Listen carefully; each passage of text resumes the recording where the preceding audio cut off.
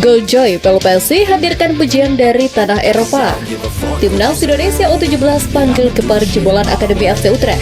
Statement unik ex wonderkid Timnas hebohkan publik. Fakta menarik Brandon Seuneman, sang pemain masa depan Timnas Indonesia.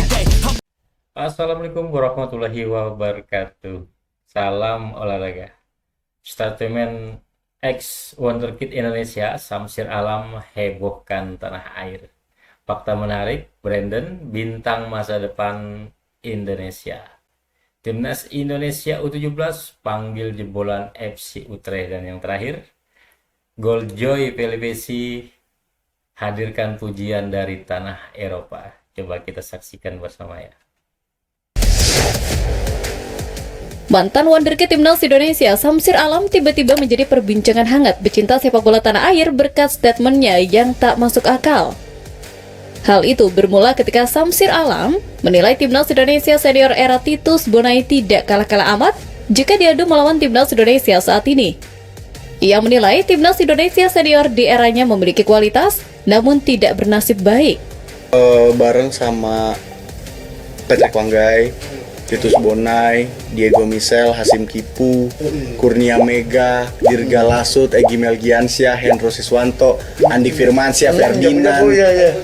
Enggak, menurut gue itu tuh kalau misalnya diadu sama yang sekarang, dia nggak kalah juga gitu. Tapi kan ya eranya berbeda dan nasibnya berbeda gitu. Jadi ya kita sekarang hanya bisa mendukung dan mendoakan adik-adik supaya bisa main di Piala Dunia.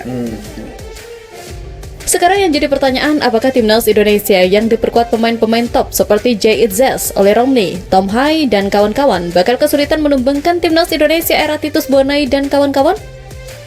Jika bicara prestasi saat ini, tentu berbeda, alias bagaikan bumi dan langit. Jay Itzes dan kawan-kawan selangkah lagi menuju Piala Dunia 2026. Bahkan, dengan skuad yang belum seperti sekarang, Timnas Indonesia lolos 16 besar Piala Asia 2023. Sementara di era Titus Bonai, Kurnia Mega, dan lain-lain, prestasi Timnas Indonesia hanya menjadi runner-up Piala AFF 2016. Sementara saat turun di kualifikasi Piala Asia dan Piala Dunia, Timnas Indonesia kerap menjadi bulan-bulanan.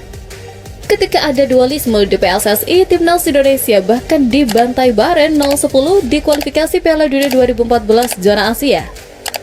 Sementara Samsir Alam sendiri tidak pernah merasakan sensasi membela Timnas Indonesia senior.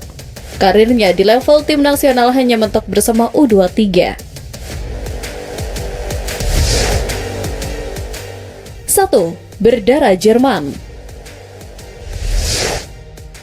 Darah Indonesia Jerman yang mengalir dalam diri Brandon berasal dari ayahnya yang berstatus sebagai mantan pesepak bola, Timo Seuneman. Timo memang lahir di Kediri, Jawa Timur, tetapi ia punya garis keturunan Indonesia Jerman. Sebagai informasi, Brandon tercatat lahir di Malang, Jawa Timur pada 9 Maret 2005. Dengan kata lain, Brandon lahir ketika Timo masih menjabat sebagai pelatih kepala Malang FC, U16 dan U21 yang merentang selama tahun 2000 hingga 2010. 2. Pemain termuda ketiga yang debut di Liga 1. Catatan spesial yang dibukukan oleh Brandon pada laga pertamanya itu ialah karena usianya yang sangat muda ketika mencetak debut di BRI Liga 1. Pada laga itu Brandon masih berusia 17 tahun 10 bulan dan 12 hari. Dia pun menjadi pemain termuda ketiga yang mencetak debut di kompetisi kasta tertinggi. Namun, ia masih kalah dari Mufli Hidayat yang debut bersama PSM Makassar di usia 17 tahun 4 bulan dan 1 hari, serta Arkan Fikri yang mencatat laga pertama di BRI Liga 1 bersama Arema FC di usia 17 tahun 7 bulan 16 hari. 3. Multiposisi. Brandon memang bermain sebagai bek tengah saat mencatat debut bersama PSIA Semarang pada laga kontra Arema FC.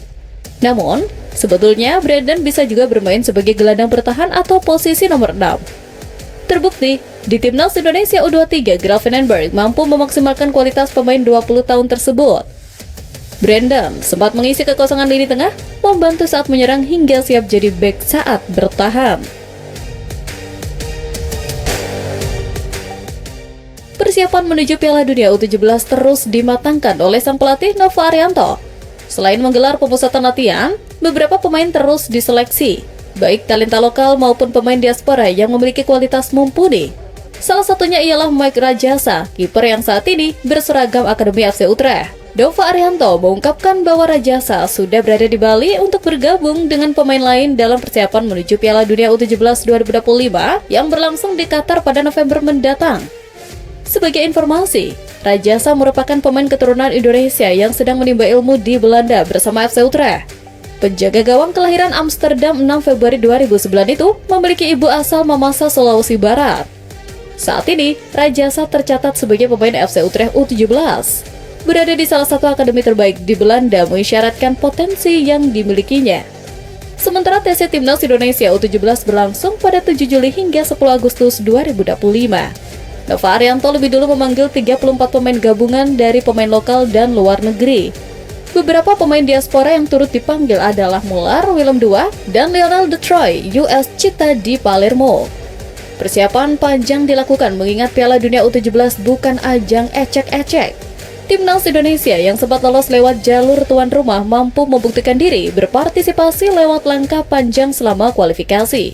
Kini, menarik untuk menanti skuad asuhan Dova Arianto bersaing di pentas sepak bola tertinggi di dunia tersebut.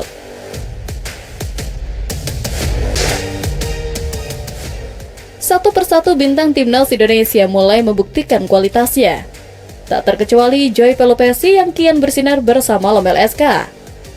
Seperti yang diketahui, para pemain diaspora Timnas Indonesia memang mulai mencuri perhatian. Sebut saja seperti Nathan yang sudah debut bersama Willem II, Ivar Jenner bersama FC Utrecht, hingga Elkan Bagot yang menjadi andalan Ipswich Town. Meski hanya ajang laga pramusim, pembuktian yang ditunjukkan para pemain Indonesia tersebut bakal menjadi modal untuk menjadi andalan tim. Bahkan, Joy Pelupesi yang baru saja mencetak gol sudah dipastikan menjadi pemain yang tak tergantikan. Bersama Lomel SK, gelandang bertahan berusia 32 tahun itu menjadi salah satu pilar penting klub tersebut selama musim 2024-2025 lalu. Menurut Transfermarkt, Joy Pelupesi telah membukukan total 27 pertandingan dan 2 assist untuk sang klub Belgia di semua ajang. Jelang menatap musim baru, pemain berdarah Maluku tersebut bahkan berhasil mencetak gol saat uji coba lawan Volos FC yang notabene merupakan klub kasta tertinggi Liga Yunani.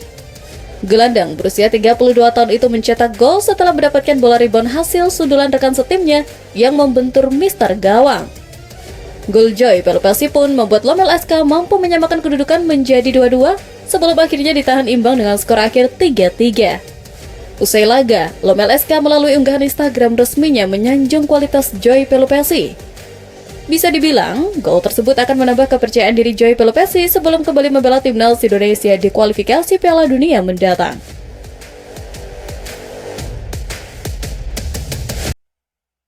Oke, mungkin itu saja untuk video saya saat ini. Nantikan video saya selanjutnya. Sampai jumpa.